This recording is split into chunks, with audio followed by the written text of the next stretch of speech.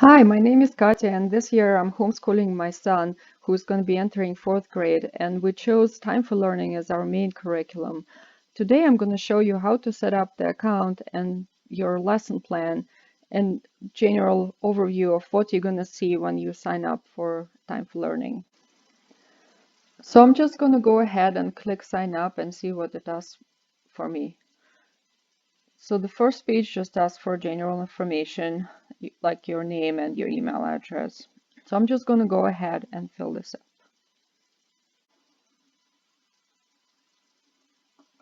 The second page also asks for your general information, your address, and your credit card information. So I'm just going to go and fill this up. On the second page, it also asked me whether I want to sign up for a personal advisor who will assist me with my Time for Learning. And I think I will say yes to this because I'm new to this website and this advisor is free. So I'm just going to go ahead and click yes. During step 3, it asks me to create student logins. I only have one student, so I'm just going to go ahead and create a student login.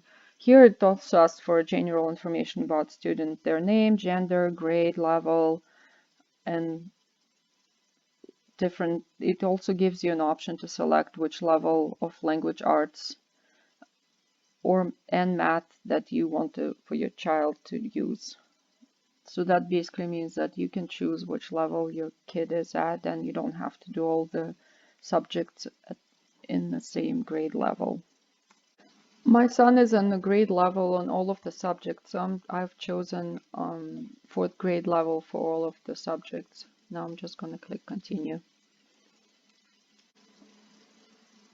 During step 5, you get to choose how you're planning to use your Time for Learning. It gives you 5 options: primary homeschool, supplemental homeschool, skill building after school, or summer study. I'm going to choose primary homeschool because I'm intending to use this curriculum for my homeschooler.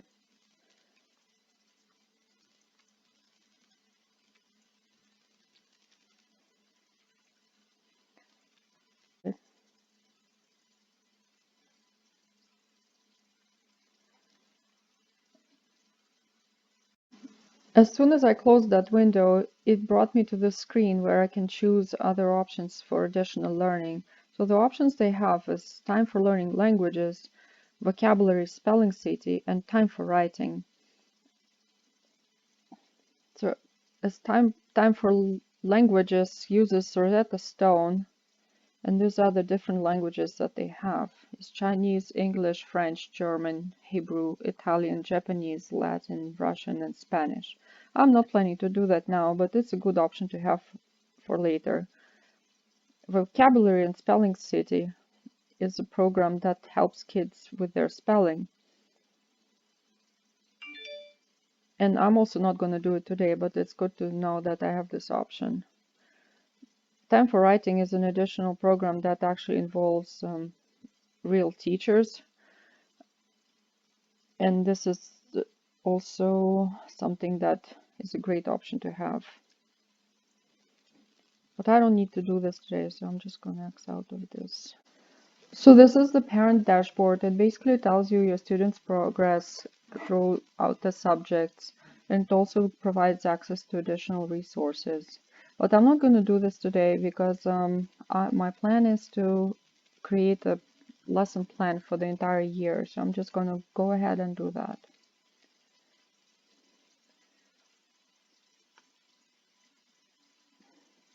There's a Create Student Planner. That's what I'm going to go ahead and click. So this offers me 2 different options, a curriculum calculator and detailed plan. So curriculum calculator is a simple calculation chart that just gives me a number of activities to do daily to complete all Time for Learning material for the year. And the detailed plan they suggest to use for homeschoolers. So I think I'm going to start with a curriculum calculator, and then I'm going to check out the detailed plan. Because I have another student in school, I'm planning to line up my homeschooling calendar with our school calendar. And this year they're starting the day after Labor Day, so that will be September 3rd. And the end day, I want to choose a little bit before the end of the school year, because in case we need to catch up on something, or, you know, if the kid is sick. So I want to give myself a little buffer. So I'm just going to choose the end of the year as end of May. And then it asks you weekly usage. So I'm gonna choose 4 days because I'm thinking that would be the best way to do it. Again, providing a little buffer in case we struggle with something, or we want to do some fun things on Fridays like field trips and cooking lessons and other stuff that we might want to do. So this is a great way to actually generally make sure you're on track. It suggests you the daily activities amount and the weekly activities and the monthly activities. So what I want to show you is that you should really look into the not just the daily activities but the weekly and the monthly, because if you're going to just do 2 activities for language arts per day, that makes it, instead of 7, you will be doing 8 per week. So you'll be way ahead of your schedule and you might get frustrated at times. So I would suggest just print this out, which is what I'm going to do, and use this as a general guideline to make sure you're on track. Now I'm going to check out the detailed plan and see what options it offers me. I'm going to select my student, and I'm just going to say 4th grade. Starting date again is September 3rd. End date May 29th. Save and proceed. Select subject. So I'm gonna do, as I mentioned, I'm gonna do all subjects, all materials. So here you have an option to choose your materials, so to get rid of some of the subjects, but I'm not gonna do that. Redo score. So I'm thinking I'm gonna use this. They have quizzes at the end of this lesson, and I'm guessing if you make it, so I'm just gonna choose 85. So I think that's a good score. So if you are 85 or below, it will ask you to redo the lesson or the quiz. I'm not sure about that, but I'm gonna see how that works, because I definitely don't want to go ahead and move on if my kid didn't understand the subject. So my plan is, if he's gonna fail the test, he's gonna have to go back and redo the lesson, and after that take a quiz again, and hopefully he can do a better job the second time around.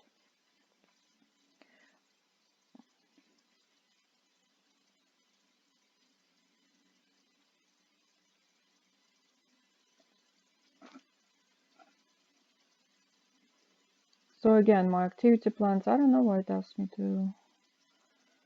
Oh, I'm guessing you can create a plan for different subjects differently. So it actually offers a lot of flexibility, which is great. But I'm just starting, so I'm just going to go with the basic at the moment, because the simpler the better. Before I proceed to review my detailed plan, I'm going to add breaks, because we will be taking breaks. So I'm just going to go ahead and schedule breaks. I'm going to line the breaks with our school breaks, because as I mentioned, I have another child who is at school, and I'm going to have them breaks together. So now I've added all of my breaks, and I'm going to see how my planner changed with the breaks. So here I can look at every week. So let's look at my first week and what it suggests me to do. So this is my math chapter 1 lessons. So for week 1, it gives me 4 lessons. Then this goes social studies,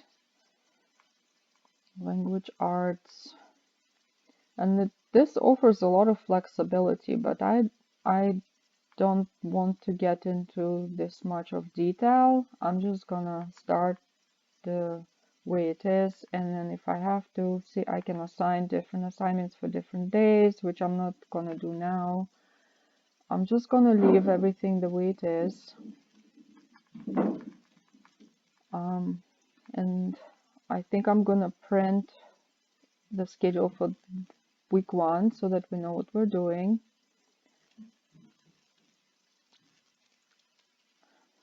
And I'm gonna see, so see, this is how it looks. It just looks, so I guess once you're done with it, you can either manually check it, or I wonder if it's gonna update the status. I'll have to find out. No, this is too much. I don't think I need to print this. This is 4 sheets of paper. Yeah, so I'm just gonna leave it the way it is, and then I can print it later if I decide that I need to do this. Before I show you the student dashboard, I thought I will show you a few other fun things. So I found on this dashboard that there are other learning options, and it looked like they're free. So for example, I thought I wanted to sign my kid up for practicing math facts, and it says not enrolled. So I'm just going to go ahead and click that. And over here, you can change. So I'm gonna go ahead and choose multiplication and division for him because he's really good at his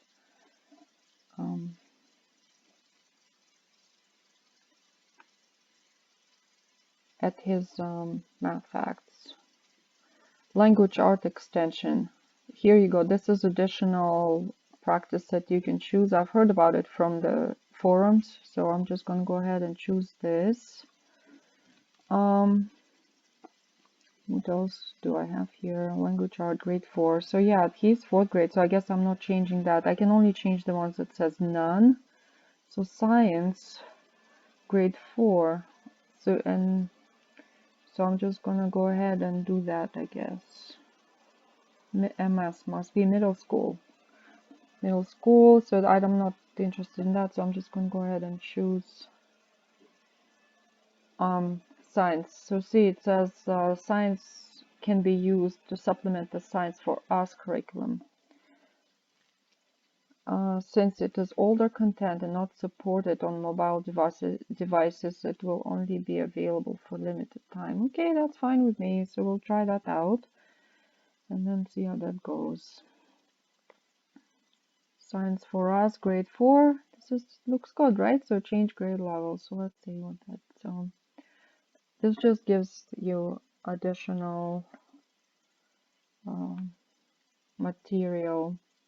So this is one. Then another thing that I noticed here, it has this timer limits. So lesson time 15 minutes and play time 15 minutes. And I don't think I want to do that. So I found a way to change that. If you go to update timer settings, so I want my kid to study for at least 35 minutes. I think that would be a good time for a 4th grader, so he can focus for 35 minutes. And then I'm gonna give him 5 minutes of play. That's plenty of time because I don't want him to play 15 minutes after 15 minutes of studies. That's a little too much. So I'm gonna save the settings, and if that doesn't work out, I'm gonna go and change this later. So these are the 2 things that I want to show you. And now I'm gonna go ahead and log into my student's account and see how that looks. So this is my kid's dashboard, and immediately what I see is list of my courses, and I watched the tutorial, and it tells me that if you created a plan for your kid, then you can just go into my plan and it will give you all of the lessons. So what I found out straight away that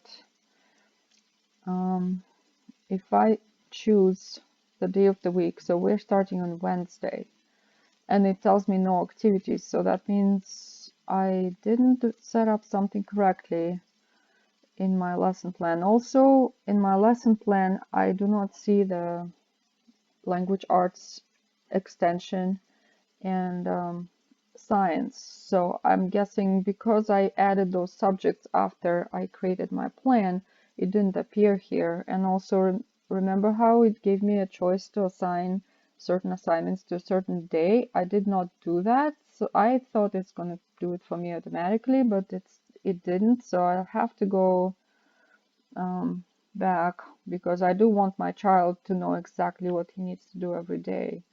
So I'm just going to go back and fix that. So I'm going to go ahead and click on lesson planning and reporting and go to my saved plans.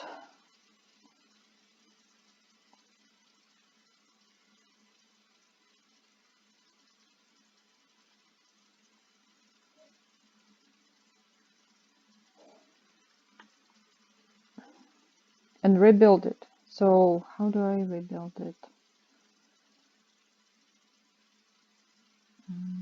No, I don't want to delete it.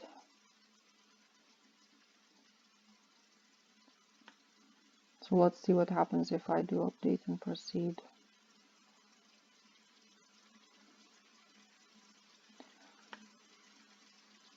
Let's choose all of the subjects. Yeah, there you go. So you go to update your plan, choose your kid, choose your subject, and then see now I can click here, like extension, science, and then I'm gonna go again and do the same thing here for 85% as a redo score.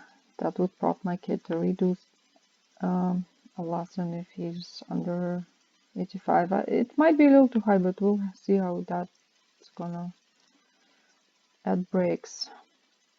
Okay, my breaks are still here, so I don't need to change it. I just wanted to add other things to my curriculum. And now I'm gonna say update my plan.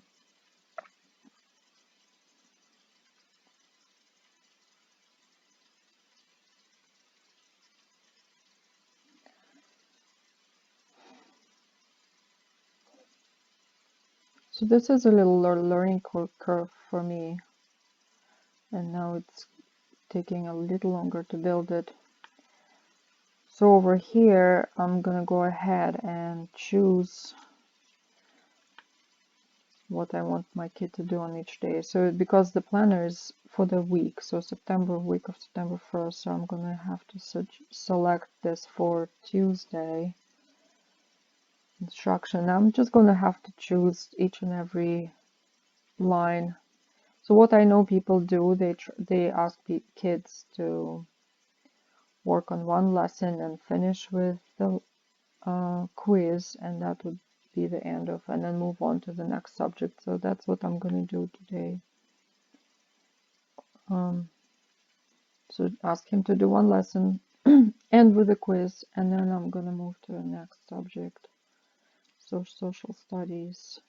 I have to refer back to my weekly suggested number of lessons planners so that I can do it more accurately. It will take me a little bit of time, so I'll meet you meet you here later once I'm done with this.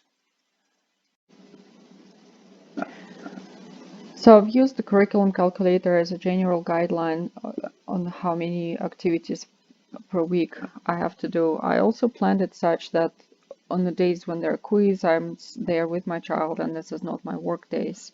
So I was able to create a plan and this is how it looks. So once your child logs in, this is the view that they get, and I'm going to instruct my kid to go into my plan.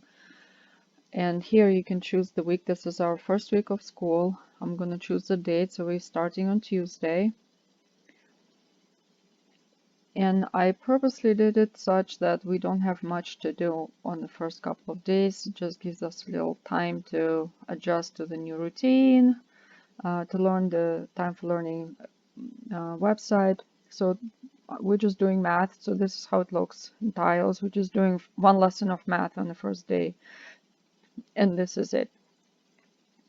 So for the day after that, on Wednesday, we're adding social studies. So we're doing, again, one lesson of math, and we are adding one lesson of social studies, and then also one lesson of language art, ending with a quiz. So I'll have to see how long it takes us.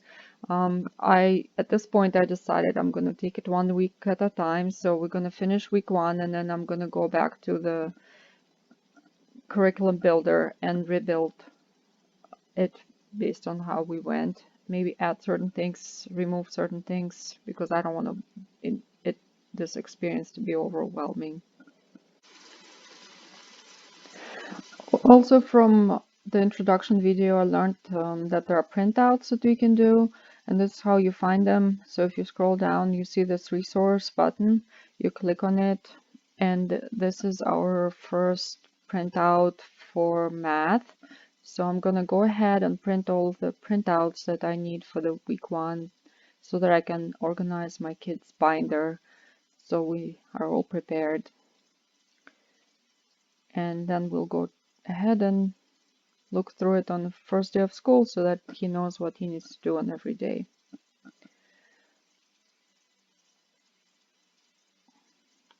I'm planning to save all of those printouts for a review because so that we can go back and review what all that we did in a month or maybe every couple of months. I'm planning to give him a little quiz and see how he's doing, if he was able to retain the information that he learned previously. Because from what I understand, there's no unit quizzes and stuff like that. They only have lesson quizzes in Time4Learning. So this is something that I have to do on my own. This is it for today. I think I'm all set for our week to start next week, except for the printouts and the binder.